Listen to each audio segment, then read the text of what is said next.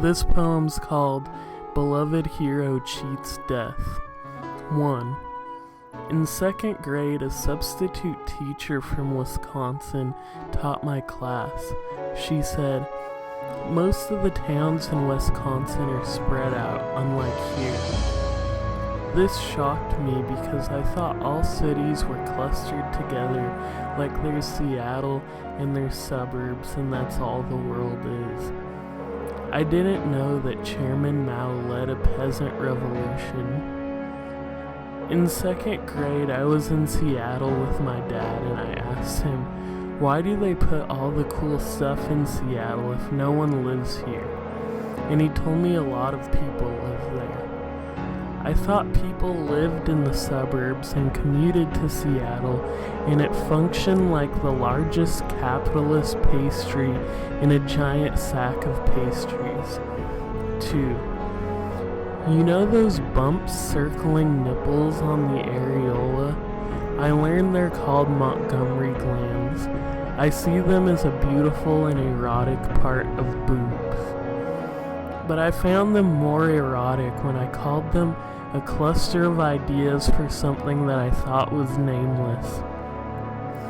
I imagine that prescription bottles are orange for the same reason that the national color of the Netherlands is orange, but their flag is red, white, and blue. 3. Remember in 1935 when Triumph of the Will premiered at the movie theater in Berlin? In the opening scene, Hitler flies above the clouds above Nuremberg. Commercial flight was rather new in 1935. Imagine many people's first view of clouds in the way that God sees clouds also had Hitler in an airplane. 4. One day in Seoul, I took the subway to Itaewon and sat on the balcony of a coffee shop. The people around me were smoking and the air was humid, and I couldn't stop sweating until a small monsoon cooled the air, so I wrote a poem. It rained today. The rain came from somewhere, and it fell for an unknown reason. The pavement water longs for you and wants your foot to shape it with as much force as the earth pushing it upward. I thought it was an okay poem. The sky turned dark, but I couldn't see the moon, so I imagined what the moon looked like and wrote, "Starting from the knees, your legs are the moon, waning upward, then cycling down to the other knee." I liked the image of the full moon being knees, but I couldn't continue the poem because in that metaphor the crescent moon is a vulva. 5. When I was young and would close my eyes to sleep, I'd imagine I was floating in a void.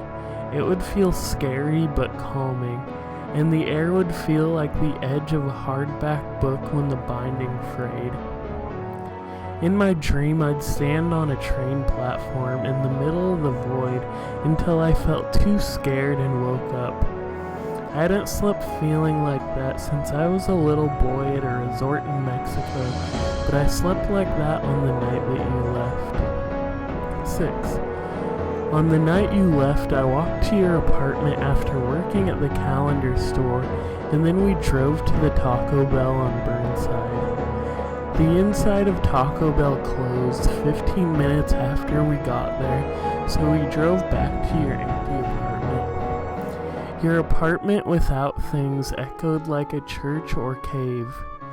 We opened your big 14th floor windows and smoked and looked at the skyline, except I don't know if it's still a skyline when you are inside of it. From your window, I saw a red sign that said Montgomery Park and a blue sign that said Volvo. Looking at the city felt like a movie where Americans go to Tokyo and impose their feelings on the contrasts of city lights and the sky's lack of light and the way light and no light blur together.